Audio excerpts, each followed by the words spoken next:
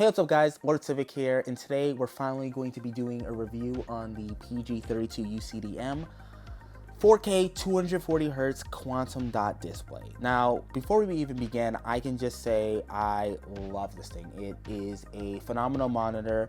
Obviously, there is some not only design choices that Asus decided to go with, but also limitations in the device, such as the brightness. I've seen that be a large discussion, especially since it was bugged at the launch, and yes, there's been I think 2 or 3 updates that have fixed the peak brightness of 1000 nits. I think it was locked at like 400, or at least Windows was saying it was locked at like 400 something or whatever.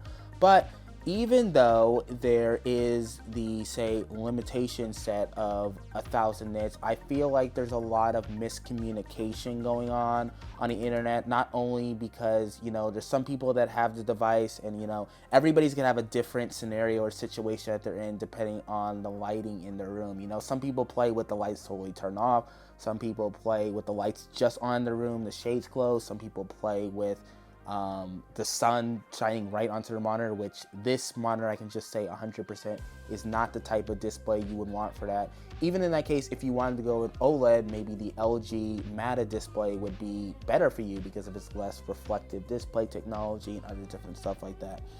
Now, with saying that, I have a lot that I want to talk about, and in the beginning, I'm going to talk a little bit about why I think Asus and a lot of the other 4K 240Hz OLED, I just say OLED because there's also some WOLEDs that dropped also this year, and why they went with a limitation of 1000 nits brightness, why they did the display DSC limitation instead of, you know, adding DisplayPort 2.1, and just a couple of other things along that line. Now, I will be going a deep dive of how it was experiencing with this monitor, and I know a lot of you guys probably have a ridiculous amount of questions for me, especially because you know that I use a lot of different display technology. How does this compare to the Sony A95L? How does this compare to my G9 OLED that's right here behind me? How does it compare to an IPS 360Hz display?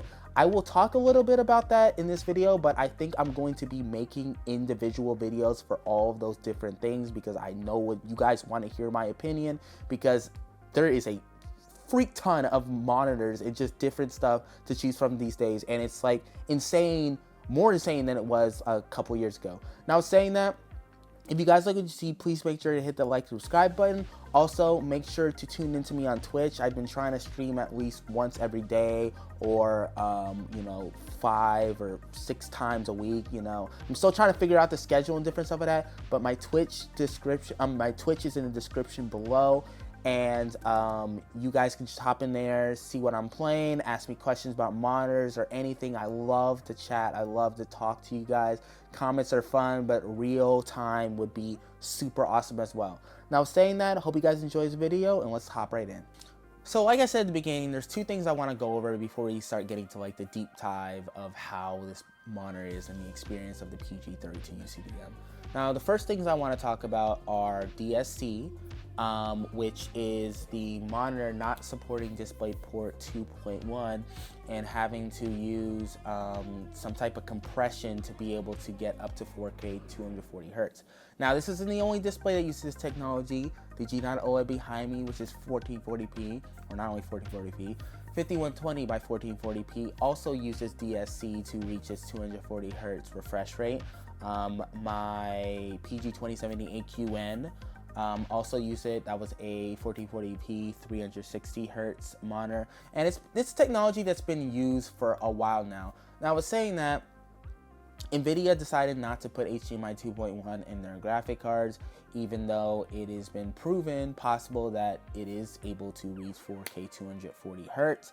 And, you know, the only current cards right now that can reach it are the AMD flagship GPUs, I believe, which I think even when FSR are not able to reach this, so it's not really like an oxymoron. But regardless, NVIDIA's 5000 series graphic cards are rumored to drop as soon as later this year, and yes, it would have been cool for these monitors to support DisplayPort 2.1 and, you know, be ready for the 5000 series graphic card. But the difference between, native and digital or DSC, I guess nobody's ever really seen it because well, I mean, you can't see it because you can use, as I said, an AMD flagship graphic card or whatever. But regardless, the difference between them is kind of like negligible unless you use one of those cameras and you use like super zoom in and stuff like that. And I think not AMD, Asus, MSI, and Alienware, and even LG wanted to keep the prices not only low for the consumer, and when I say low, this monitor costs $1,300. That's not low. Even the MSI, I believe, what is it, $900 or $1,000? That's expensive as hell for a monitor. Like, that's more, this monitor is more expensive than some people's PC builds, which is just like, crazy to think. But regardless, adding not $50, because having DisplayPort 2.1 would not only be $50, it'd be like $100 or maybe $200 tax, because that's another thing that they can put on the box to brag, hey, our monitor has this. And even though it would be cool for 5000 series graphic cards that are soon dropping, I understand why they kind of went this direction, not only to keep costs down for the consumer, but also keep costs down for the production. Now, with saying that, the brightness topic of this monitor is a little bit different. I have a Sony A95L, and as I said, I'm going to be making a lot of comparisons to my different displays that I have in this video. I will elaborate them more in like full videos talking about all of the different comparisons of this monitor compared to other display technology that I have. But regardless, I have experienced upwards of 1600 nits on a Quantum.OLED, and let me just tell you, it is downright magical. Playing Cyberpunk 2077 on a display that can get that bright, it almost literally makes you feel like you're in Night City. And yes, this monitor can reach only 1000 nits, but there's a lot of different circumstances, like I spoke at the beginning, that determine how that brightness is going to impress you, or specific scenarios, or the way the lighting is in a room. Now, first and foremost, I can just say 100%, 1000 nits peak brightness, yes, it is only a 2% window, is really bright. I feel like a lot of people are underselling it, and I myself, I'm somebody that's had an A95L. Yes, I understand how freaking good 1600 nits looks. And for freaking Pete's sake, the LG G4 and the Samsung equivalent this year can get up to 2500 nits in a 2% window. I have not seen that in person, but just knowing how 1600 nits looks already, I can't even imagine how beautiful that looks. Now, with saying that, this is a monitor. It's not a TV. Yes, a lot of people do use TVs for monitors. That's a different circumstance to talk about a later day. But this is a display that's going to be maybe at most 4 feet away from you. Most people have monitors way up close. To me, when I'm sitting at this computer, most of the time I'm not even behind the desk. I am literally like scooted up, looking up super close of the monitor, and it is plenty bright. Obviously, if the monitor isn't bright enough for you on the overall image, I really like the regular game HDR mode, because I love the peak highlights and seeing like lampposts or lanterns or neon lights and different stuff, or gunfire have that really peak brightness. It does have a true point black 400 mode, which makes the overall brightness of the display brighter, but you don't really get those super peak highlights. Now, with saying that, I think there's a couple of reasons why MSI, Asus, Alienware, and LG, and they all went with the 1000 nits peak brightness. Now, first and foremost, Asus, MSI, Alienware all support the warranty for burn-in, and you can see the direction that I'm going in. I don't personally agree with them of why they went with this, but I understand. Now, with saying that, I am just connecting the dots of what I know about the technology. I can be completely wrong on this front, but I believe they went with 1000 nits because quantum dot displays are already more prone to burn-in than OLEDs. I believe that's true. If I'm not, obviously you guys are going to correct me, but I believe quantum dot OLEDs are more prone to burn-in, and OLEDs are prone to burn-in in general. Now, with saying that, when you're using a TV, you're most likely going to be watching content that's not static. You're going to be watching movies. You might play a game. I myself do 70% versus like 30%. Well, I'd say 60-40 for gaming on my A95L, but you're going to be doing a large variety of content on the TV. Now I was saying that, this is the monitor. Everybody that's getting this display most likely is going to be using it as a PC monitor. Yes, there's some people that are gonna buy this to use with their PlayStation or use with their Xbox. I don't really agree on that front because first of all, those consoles can't reach 240 hertz and you can get a lot more for your money if let's say you got like an LG 42-inch or any other thing. Honestly, even in this case, if you wanted a monitor, I would say probably the MSI would be the better bet for you if you're using this for consoles because it's expensive as hell for what you're getting. Now with saying that, 1600 nits would be really nice on this monitor. 2500 nits like on the G4 and different stuff would be absolutely amazing on this monitor. But MSI, Asus, and not LG, I was about to say MSI, Asus, and Alienware, not LG, they don't have the 3-year warranty that covers burn-in, but all these monitor makers have the warranty that covers burn-in. So setting it at 1000 nits covers their bases a little bit. Obviously there's going to be special cases of some people pushing this monitor to its absolute limitations, even with the 1000 nits, and it's still going to get burn-in, which it's covered, thankfully. But I feel like the reason that they went with the specific limitation is, they were kind of thinking, okay, people are going to have their face right in front of it. Obviously, I don't think somebody's going to go blind from these display, but they can kind of cover their bases on that front. They also can keep prices down a little bit. Also, this is where I'm just connecting the dots. With 240 hertz, I don't know how that equivalates to higher brightness. I don't know if with it being 240 hertz by pushing the peak brightness, if that's not really possible with the technology or whatever.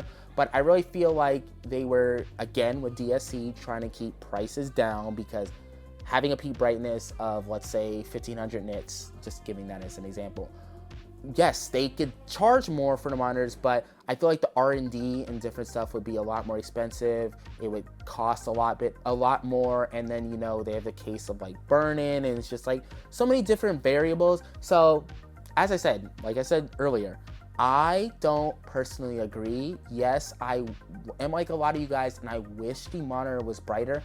In my specific scenario, it does not really bother me that much. I do have windows maybe like 10 feet away from where I'm sitting right now, but I have shades on them, and that does a pretty good job of, limiting the reflectiveness and it's not really gonna wash out, but not really making the monitor look as bright as possible. But if you have a specific cases where you have no lighting reflecting off the monitor and different stuff like that, then this specific one might be the one for you. But with saying that, I think the whole conversation is a little overblown, and I think it's something you have to see in person. Even with videos and different stuff like that, it's not going to give like a very accurate representation. So like I said, I understand. Do I agree? No.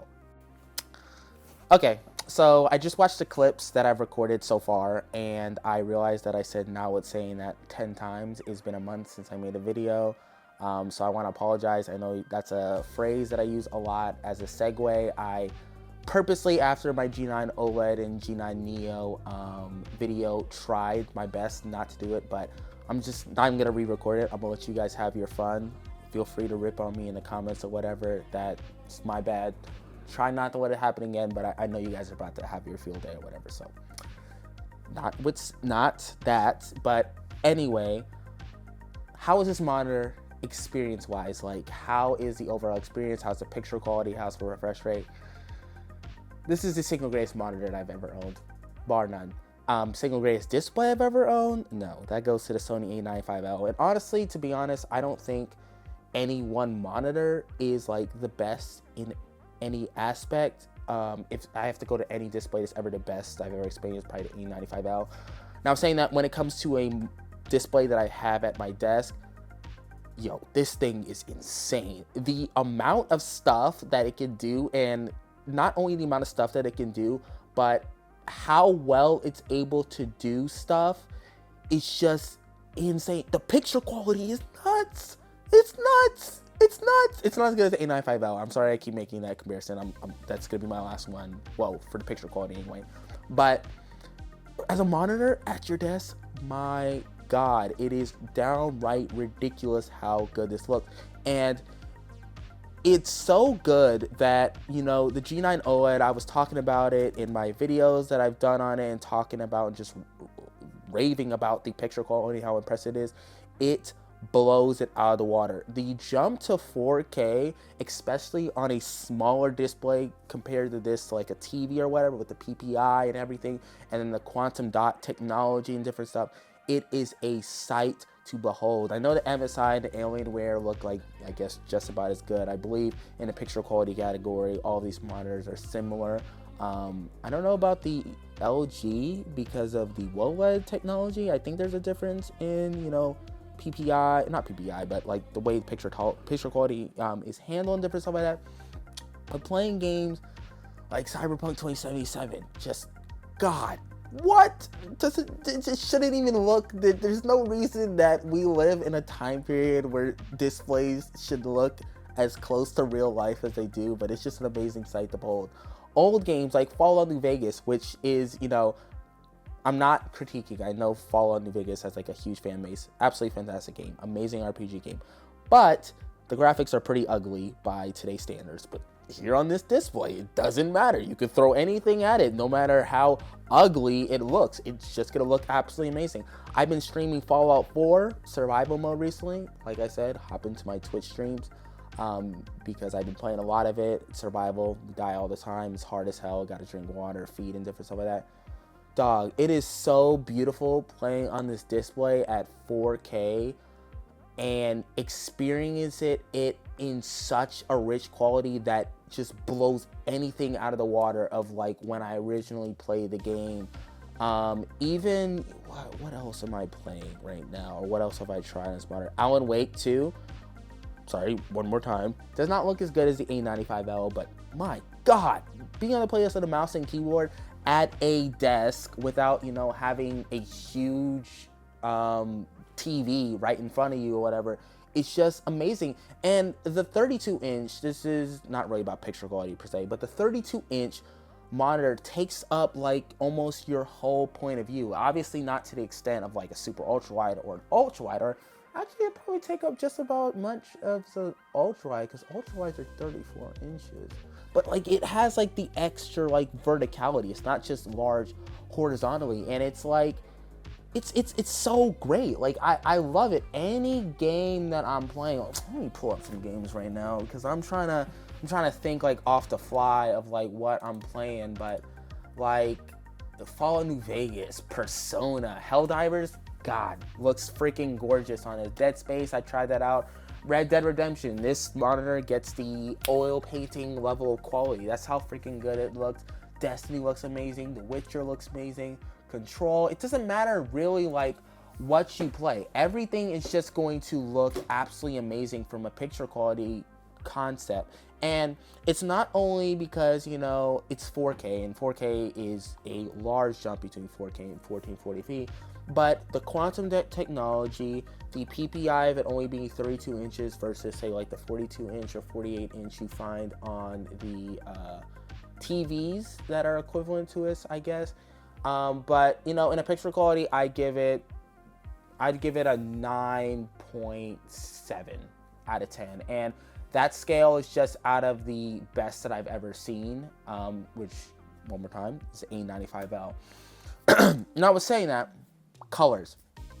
The colors, okay, we're talking about different subjects, so it doesn't matter if I bring an A95L. I get a whole bunch of A95L uses a little bit more, but because we're talking about a different subject now.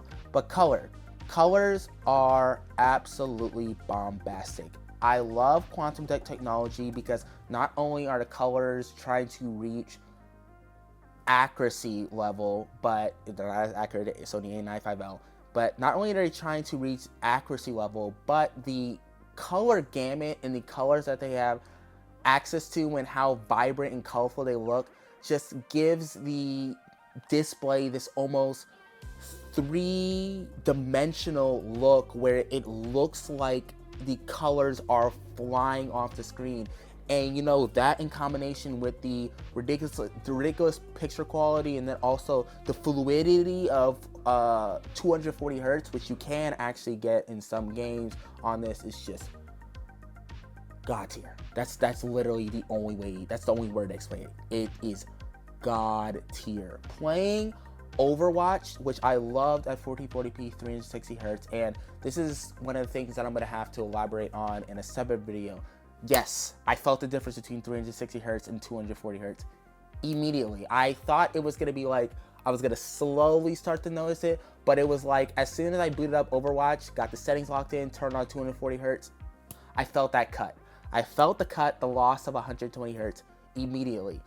And it's not really something you see per se, because, and this is what I explained it in my PG32UCDM video, 360 hertz is not really something you see. Yes, it's less blurry, it's easier to see different stuff, but 360 hertz is something that you feel. Like, you can feel the fluidity at that refresh rate. Now, 240 hertz and with the OLED pixel response, and you know, as soon as you move the mouse, what is it, 0.03 or something? It's ridiculous. As soon as I move the mouse, the monitor reacts immediately. Now, with saying that though, it's not less blurry than 360 hertz, but there has been 2 scenarios in Overwatch that, because I play competitive, and at the competitive level, God, people are so freaking fast. I mean, I know my reaction time is high too, because I'm in Diamond as well, but like, my God, some people are quick. Literally today, I was playing on stream, tuning to me on stream, I stream a lot of Overwatch too. A Tracer literally dashed 3 times to get in front of me, and I feel like on my 360 hertz monitor, I don't know if I would have been able to react, but I would at least had like, let's say like a 0.5 second more time to react. But on this monitor, it was like, they moved so fast and they clipped me, and I was just like, what the hell even happened? It wasn't because I couldn't see it, but it almost felt like I wasn't able to move fast enough. And I know that's really a weird way of saying it. Honestly, I feel like that's the best way I can phrase it right now. When I do the actual 240 hertz versus 360 hertz video, I'm gonna try to figure out a better way to phrase it, but I can definitely feel the difference between that. Now, with saying that, 240 hertz, 4K, Quantum.OLED, Magic, God tier. It's still amazing to play on. And this is what I see a lot of people talk about online, that they're like, you know what, I'm not gonna spend a lot of money on these MSI or the Alienware or the Asus. There's no reason to get it, because there's the LG, you know, you can get it bigger, it's 42 inches, it's 48 inches, or 55 inches, 65 or 75, or 83 or 90, whatever. And they're like, I could just do that and play it on that. Yes, that's cool. It's amazing. Most single player RPG games or open world games or whatever, you're not going to be getting more than 120 hertz in a lot of cases. So yes, that monitor, or not monitor, that TV is nice in that specific category. But for people like me that play a lot of variety of different games, especially competitive games, I can't tell you how much, 50% of my gaming at least is on Overwatch. I need a high refresh rate monitor. I know there's a lot of people like me out there that also need that, and let me just tell you this. If you want a monitor that can do it all, like refresh rate, picture quality, color, this is the monitor for you. Like, yes, 1440p, 360 hertz. If you just strictly play competitive games, yeah, that might be more ideal for you. But somebody that plays all of those games, this is like the best you can get right now. Obviously, you know, there's the LG with the 1080p 480 hertz, and then Asus is also making a dual mode as well. But you know, when it comes to picture quality and refresh rate, this is a really good monitor. Now, the last thing I want to talk about is, who is this monitor specifically for? Now, a lot of times when I'm doing these reviews, I say that this monitor or this display or this piece of technology is for a subcategory group of people. The Sony A95L, my favorite piece of technology ever. That is an enthusiast device. most people, I think 95%, or maybe even higher, 95% of people are not going to utilize that TV to the fullest extent of its ability. Not, let's say you watch movies, you're not going to enjoy it to the fullest because of its gaming capabilities. If you're strictly a gamer, you're not going to be investing in a Blu-ray library or a Plex server or different stuff like that. This monitor right here, I feel, even though this is a ridiculous statement to say, would benefit anybody. And I'm not joking. It literally does everything. You can edit photos. You can edit videos at the highest level and the highest fidelity that's possible. Not possible, obviously, you know, specifically calibrated monitor for it, but for it can do better than this, like, you know, strictly for editing and different stuff like that. But this can do it and really freaking well. This is the single greatest monitor gaming experience that I've ever had on any display. And like, I was kind of in the back of my mind expecting that possibly, but I was not expecting to be as wowed as I was with it. This thing is freaking amazing when it comes to gaming. And then also, you know, regular desktop use, I haven't used it for coding and different stuff like that. I'm not really like a coder, but I have used it when typing, you know, different documents or doing different work and different stuff like that. Studying, watching videos. I was watching Hunter x Hunter. Peak, please, if you have not watched it, there's a reason I have this on my monitor. It's absolute peak. Watch Hunter x Hunter. Sorry, don't mean, no. And read it too. I freaking love this. This is my favorite anime. But anyway, regardless, whatever you're doing, it's really good on this monitor. And a lot of times with like OLED, a lot of people ask me for it, especially, you know, people that have like consoles and different stuff. And I'm like, a lot of people don't understand that you can't really use a 32:9 for console formats. You can, but it would stretch the image. It wouldn't be accurate. But regardless, this monitor can really do it all. I mean, I can plug up my Switch to it. I can plug up my Steam Deck to it. I can plug up a console to it. I can plug up. It just has so many multi-purpose uses. And so I really don't give devices or whatever scores, but I'm going to give this an A, not an A-, not an A+, because I don't think it's the absolute best thing I've ever experienced. But this monitor gets an A, and it also gets the title of the new title of my favorite monitor ever. I have not been as wowed as I have by any monitor in a while. I'm not gonna say display because one more time for the audience, the Sony A95L, but as a monitor, I've never been as impressed like this. This is impressive. Honestly, the MSI is very similar, so is the Alienware. I believe the only differences is between them is, like, you know, the curvature, some support Dolby Vision, the price, the Asus tax, the aesthetics and different stuff like that. But I just like to say that I wish it was brighter, and I understand where a lot of people are coming from on that front, but I am just really proud, and I just think it's really freaking awesome where we've reached the extent in time in display technology period where people have literally been begging for a 32-inch 4K OLED. We're not even getting just WOLED. We have options of WOLED. We have options of dual mode. We have options of quantum dot OLED. We have monitors with freaking Dolby Vision for Pete's sake. Yes, we can want more. We can want more brightness. We can want not DSC and different stuff like that. But that technology is going to come. But I'm just really glad that this even freaking exists. So I know it's a long video. I hope I covered a lot of points. As I said, I'm going to be doing all the different comparison videos and stuff. I know a lot of you guys want that, and I'm going to try to get it out soon. If there's any specific questions, you can comment them below. Also, one last time, I do stream a lot on Twitch, so please tune in just to come ask me questions or whatever, or chat with me. One last time, also, I'd like to apologize for now with saying that. I hope I didn't say it during this part of the video. Probably did, because I kind of turned off my brain. I was just rambling on. But love you guys. Thank you so much for watching. I hope you guys have a great day.